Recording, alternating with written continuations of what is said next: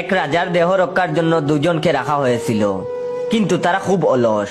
এজন্য রাজার সেনাপতি একবার তাদের ঘরে আগুন লাগিয়ে দিয়েছিল, কিন্তু তারা এক চুলও নড়ল না।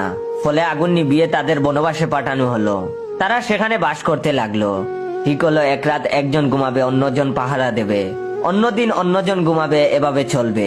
একবার সেখান দিয়ে এক সিপাহী যাচ্ছিল।